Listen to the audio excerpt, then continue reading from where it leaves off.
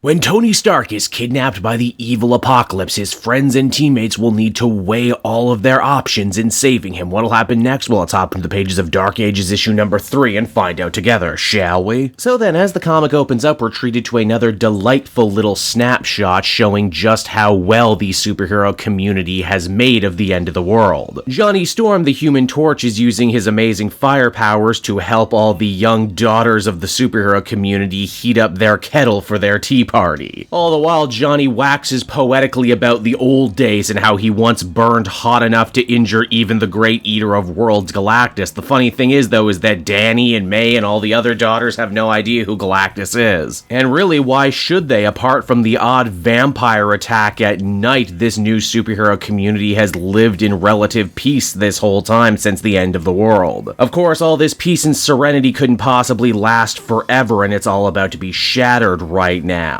It's Jessica Jones who has to get all the other parents up to speed on what happened with Tony Stark. Pepper is naturally in hysterics after he seemingly left the other night with Captain America only to never return. It doesn't take Wolverine Laura Kinney long to figure out that none of this smells right. No, literally none of it smells right. That doesn't smell like Captain America. He normally smells like oak desks and Civic Duty. Obviously, this kidnapping was the work of Mystique, and if Mystique was the perpetrator, that must mean she's working for someone, and the only person she could work for is, well, Apocalypse. As we discover, Apocalypse is contingent, and the heroes here in Wakanda have actually managed to live pretty peacefully with each other for years now, a kinda live and let live approach. But now that Apocalypse has actually taken one of their own, let alone one of the greatest weapons makers in the entire world, it's clear that they're all teetering on the brink of war once again. This is actually where Dr. Doom comes in too. I know some commentators in the past video mentioned that it's weird that Dr. Doom would be willing to live in peace with all the heroes, but here it all starts to make more sense. Doom's not holding hands and singing Kumbaya because he thinks it's the right thing to do, but only so he can have a captive audience to show how much more smarter he is than. Also, while Black Panther and all the other heroes talk about what their best course of action is, Doom is there basically just to shout commentary and make ticking noises. Almost like he knew this peace could never possibly last, and now he's taking absolutely great joy in sucking the air out of the room and telling all the heroes they've grown soft during peace times. Ultimately, Black Panther and the other heroes figure their best course of action is to send a super speed scout to figure out where Tony is being held and how they could possibly try and get him back. Quicksilver is ultimately chosen for the job, and he does actually manage to make his way into Apocalypse's inner sanctum and see everything that they're doing there with the Faraday cage and, well, also his father Magneto, who has been reduced to being one giant battery. Now, a non-impulsive person would probably leave and report back to their side with all their findings, but this is Quicksilver we're dealing with, and he decides to touch the stuff that his father's being held in and ends up electrocuting himself. And just like that, now I suddenly realize why the superhero community doesn't regularly rely on Quicksilver for, well, you know, anything ever.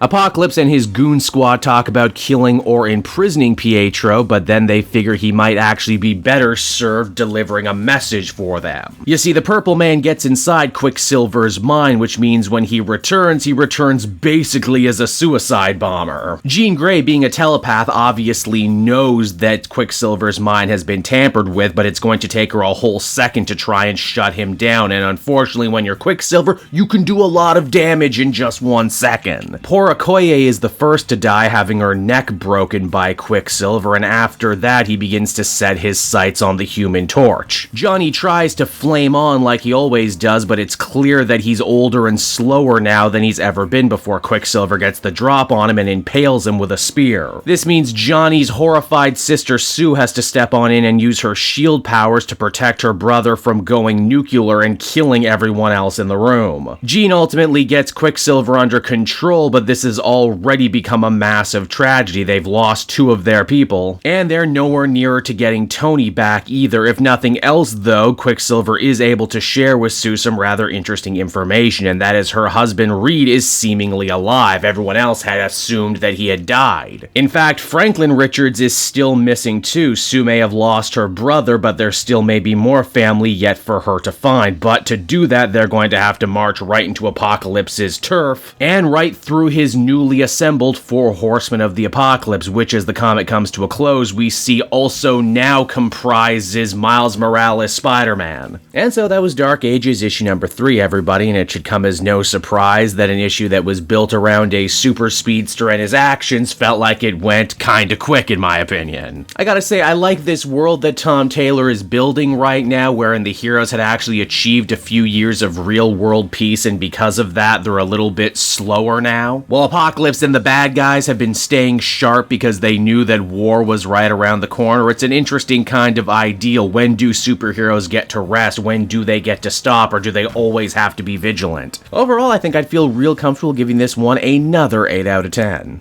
Hey there everyone, it's your old pal Cape Joel again, thanking you so much for watching to the end of the video. I hope you enjoyed it, and if you did, why not check out my Amazon link down in the description. Yes, that's right, the Cape Joel channel officially has its own Amazon storefront now. You can pick up a comic or anything else for that matter, and if you did, you'd really be helping me in the channel. So with that out of the way everyone, I will see you again next time. Bye-bye.